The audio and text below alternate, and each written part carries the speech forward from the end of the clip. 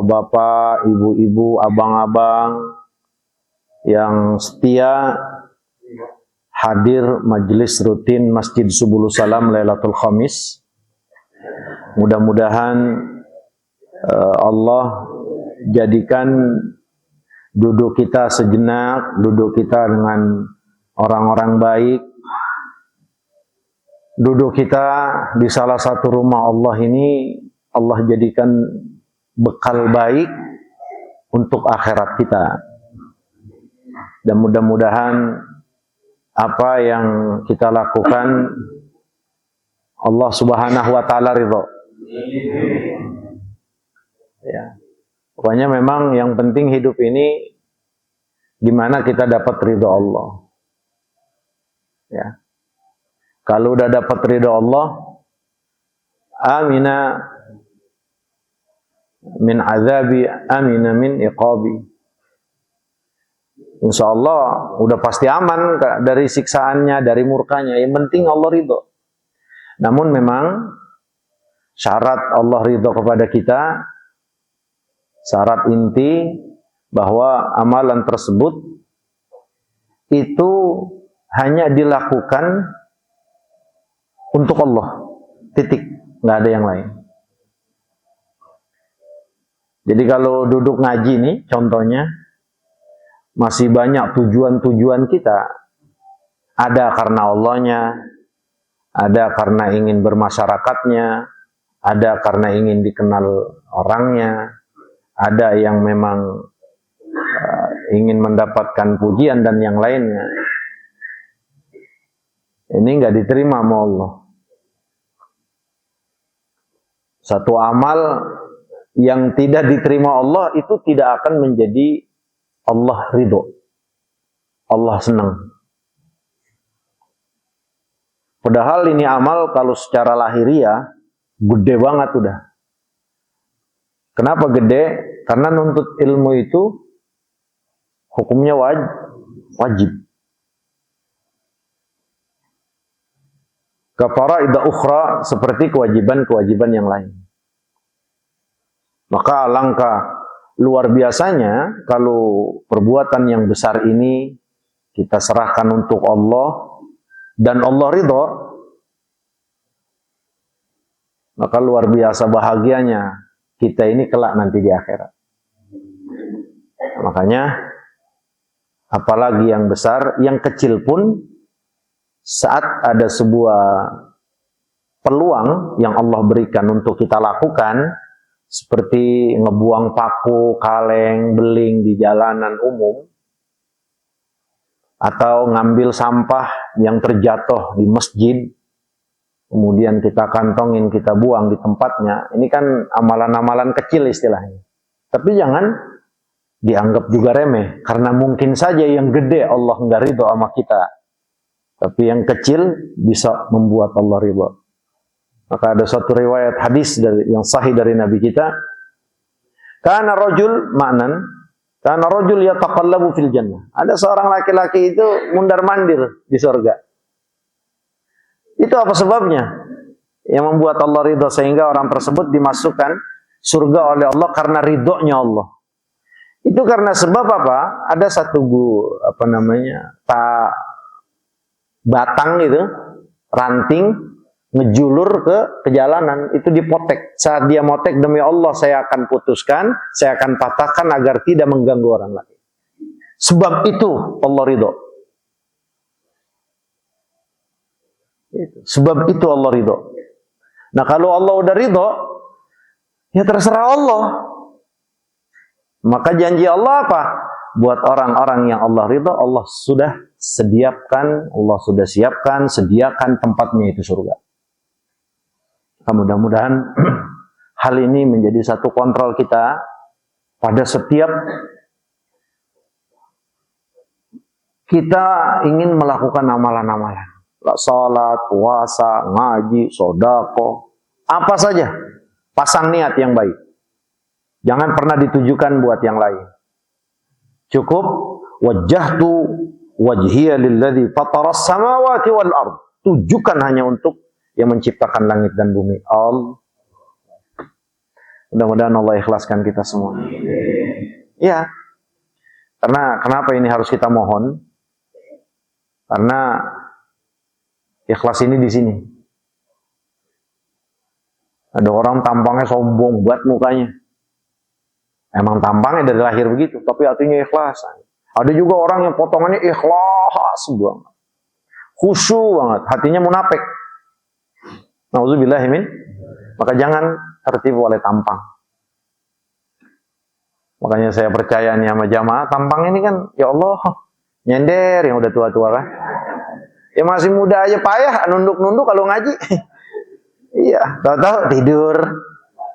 Ya artinya mudah-mudahan ini adalah satu tampang, satu ya paras yang menunjukkan keikhlasan yang bersih hanya untuk Allah. Amin ya Allah. Biarinlah Pak kita dipandang, dinilai orang kurang berpengetahuan, dianggap otak kita kosong, silakan, nggak apa-apa. Yang penting kita tetap belajar dan ikhlaskan semuanya hanya untuk Allah Subhanahu Wa Taala. Ini Allah marah sekali kalau Allah sudah diduain. Marah sekali Allah. Kalau bahasa Jatiwaringinnya, emang apa yang kurang hambaku sampai kau duakan aku, kata Allah. Apa yang kurang? Sampai ibadah yang aku perintahkan kau laksanakan masih aja ada tujuan selain aku. Emang kurangnya apa? Kata Allah. Ayo. Sampai ibadah yang aku perintahkan hanya untuk aku, sholat, puasa, kan gitu. Itu ibadah. Yang Allah perintahkan lakukan untuk aku. Masih aja ada tujuan lain. Itu yang Allah bikin marah. Emang ada yang kurang yang aku berikan kepada kalian? Ada yang kurang kali nikmat? Atau ada pemberian orang lain, makhluk kepada kalian? Ini kan pertanyaan berat banget Pak. Kalau di sini mah enteng. Kalau di pertanyaan ini diajukan Allah di akhirat, ampun kita nggak bakal lolos Pak.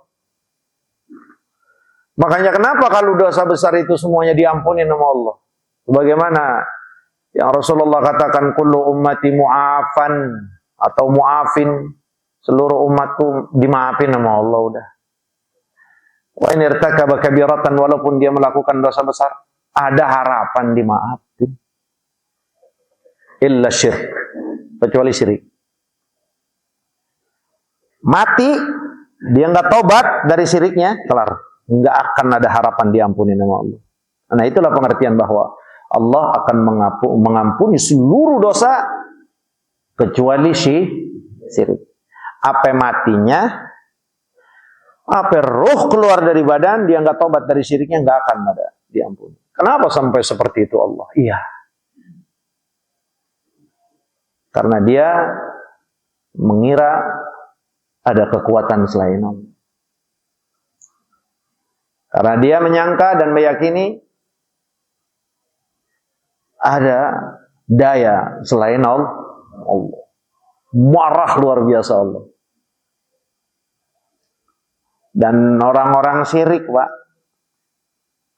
itu udah nggak pakai ditanya, Pak. Udah nggak pakai dihisab, udah nggak pakai mizan, ditimbang, udah nggak pakai dikasih kesempatan untuk nyeberangi sirat. Ya. Kata Allah, ittabi'u ma abadtum, ittabi'u ma asraktum bih.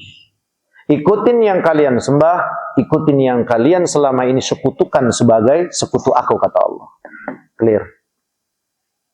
Pas diikutin, batu yang diikutin, tahu-tahu nyemplung ke neraka. Abadal abidin, kekal selama-lamanya. Tidak Allah akan pernah keluar.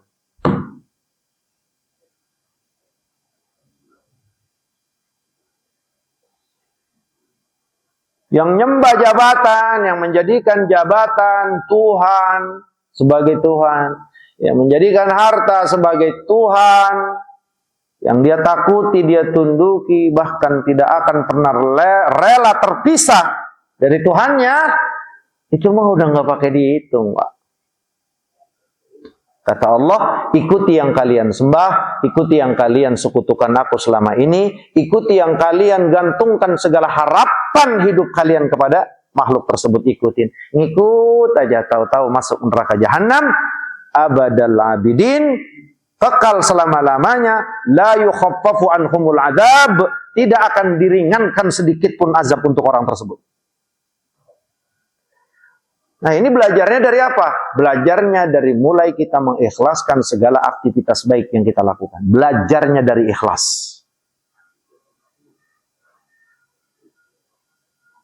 Kalau orang sedekah, bapak-bapak, ibu-ibu, tujuannya biar orang lihat. Kalau kita sedekah tujuannya biar kita punya nama. Kalau orang sedekah biar semuanya orang tahu kalau saya baik. Gak sama sekali terlintas sedikit nasihat Sayyidina Muhammad. Ikhlaskan karena Allah. Pahala akhirat lebih baik. Pahala di sisi Allah lebih kekal. Gak ada terlintas itu. Pokoknya saya dapat popularitas. Saya viral. Orang menghormati saya. Orang menganggap saya baik. Itu adalah cukup. Itulah tujuannya Tuhan. Gak ada sama sekali Allah di situ. Allah na'udzubillahimin. Mudah-mudahan Allah selamatkan kita, Pak. Berat, Pak. Ini pelajaran, Pak, bukan buat antum, buat pribadi Turmuzi Abdul Jalil, buat kita semuanya ini, Pak. Emang dipikir kalau ngajar kagak diuji, Pak. Diuji lah. Apalagi kalau lagi ustadznya kagak punya duit. Oh, diuji, gimana gak diuji? Benar gak? Makanya saya doain bapak-bapak biar ikhlas. Bapak-bapak doain saya juga biar ikhlas. Sama-sama. Emang saya nabi? Emang saya malaikat? Udah ikhlas terus? Enggak. Apalagi kalau kagak punya duit. Kalau gua ngajar, bini kagak masak. Ngajar apa kagak? Ya ngajar apa kagak? Kata bini, ngajar sono. Udah tujuannya apa? Berarti, oi. Iya. Itu makanya Ustadz perlu kaya juga, tapi kayaknya bukan boleh nipu jamaah. Kayaknya bukan boleh minta-minta sama jamaah, kayaknya usaha. Dia punya pabrik telur ikan asin. Kayak punya showroom. Atau kayak saya itu punya pelelangan kan hektaran. Kang Udin doang yang amin. Yang lain udah tahu katanya guru lagi bohong katanya ini. Iya, Pak. Iya. Sulit, Pak. Wa tawasau bil haqqi wa tawasau bis sabr. Ayo sabar terus. Saling menasehati satu sama lain. Guru ikhlas, oi. Gitu. Ingetin, Ustaz Anwar ingetin ana. Ingetin, ikhlas. Gitu. Jamaah juga semuanya ikhlas kan enak. Walaupun tibang sekedar teh sama kue apa itu? Iya, pisang kan? Ikhlas nggak kira-kira? Berapa? Iya, karena kalau hal ini kita nggak ulang-ulang, Bapak. Kita nyangkanya, gue udah haji, udah umroh, udah sedekah, udah tahajud, ngaji rajin. Kan kalau cara hitung-hitungan kita, meromanin tulisan buku kita, itu penuh dengan kebaikan, bener nggak? Pengennya begitu. Cuman pas di sono haba amman turo, kayak debu yang bertebangan. Lah tahu-tahu di sono gimana? Maka Sayyidina Muhammad SAW dalam satu perumpamaan hadis maknan, jangan sampai jadi orang itu yang bangkrut. Maknanya apa? Di tengah harapan dia besar, setelah pensiun, sudah tidak ada pemasukan, dia buatlah satu kontrakan, yang harapan dia bisa hidup dari kontrakan tersebut. Stop kerja, gede harapannya. Kenapa? Ada kontrak.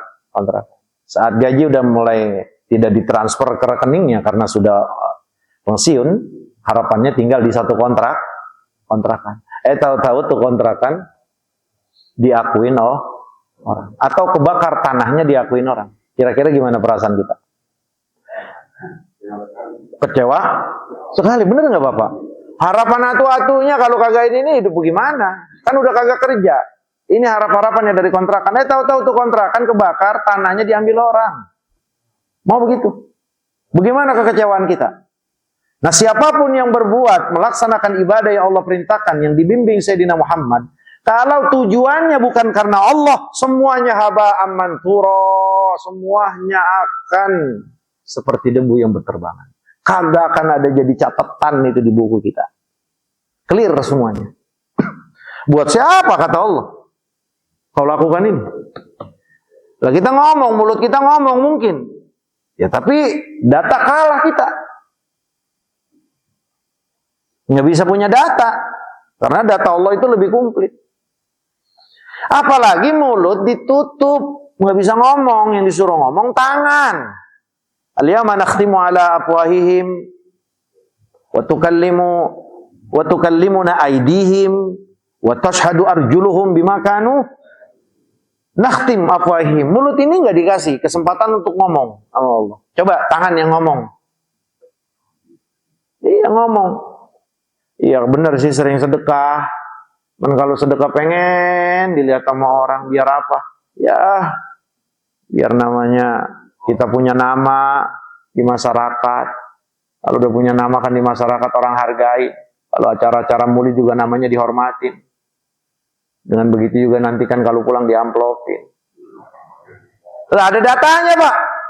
Mau ngelengkal bagaimana? Maka Ibrahim ibnu Adham rahimahullahu ta'ala saat ditanya, lima nilta zuhda, kenapa kau bisa mendapatkan zuhud seperti ini? Ya, kau prioritaskan akhirat, dia dunia sekedar saja sebagaimana kebutuhan kamu. Apa jawab beliau? Ra'aitul qadi jabbaron wa laisa li hujjatun. Aku yakin akan menghadapi satu zat yang akan bertanya kepada aku dan dia adalah Jabbar. Maha besar dan enggak bisa dibohongi. Sementara aku ini enggak punya data. Kita mau bohong bagaimana Pak? Ayo. Kalau di dunia Ustaz Anwar nanya, Ustaz potongannya lagi loyo amat sih Ustaz Termus ini. Iya Ustaz, ya Allah punya duit timbang 2M ini enggak enak rasanya. Bisa enggak? Nah, ya antum bisa anak kelabuin dengan tampang anak. Ini tampang anak kan baju anak bagus nih. Kain mahal. Peci kacamata mahal. Wah Ustaz mah kaya. Bisa enggak? Besok anak pakai kain gajah duduk. Baju koko keteknya bolong. Peci miring. Bau. Lah Ustaz Tirmizi ngapa itu ya? Juhud kali. Udah nggak cinta sama dunia. Percaya nggak? Nah, kita mah bisa ditipu Pak. Allah kalau Allah mah nggak bisa ditipu. Makanya sekuat apapun kita nipu manusia, ya silakan tipu. Perhitungannya ada nanti. Pada siapa? Pada Allah yang nggak pernah bisa tertipu. Nah, kan nggak usah pora-pora Pak. Kagak usah kaji pora-pora senang, pora-pora cinta, pora-pora sayang, pora-pora zuhud, pora-pora ikhlas. Nggak usah. Karena semuanya catatannya itu ada pada Allah. Nah itulah yang kata Nabi, Allah tidak melihat kepada bentuk kalian, lahiriah kalian, tapi yang Allah lihat hati kalian dan amal kalian.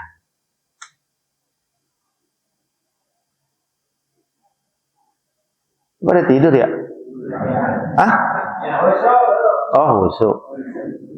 Ya saya ngeri, saya ngomong aja dari tadi, tahu-tahu pada tidur, Mang Wandi tidur lagi. Beneran Pak? Ayo. Wa ma umiru illa liya'budullaha mukhlishina lahud di. Maka kalau udah ngomong kayak begini nih yang paling ditekenin sama Allah dan Rasulnya yang ngomong Pak. Tirmizi Abdul Jalil dalam hal ini. Lu ngajarin orang ikhlas, lu ikhlas nggak ngajar. Mulai diuji ikhlasnya begitu Pak. Giliran ngajar tapi malas, kalau kagak ngajar kagak dapat duit. Nah bagaimana itu? Oi. Ya jalan juga dah. Gitu. Nah, ya artinya di situ kita mulai, ya Allah maafin aku, maafin aku. Mudah-mudahan ikhlas semuanya ya Rabb. Sallallahu alaihi wasallam Muhammad wa ala alihi wasallam.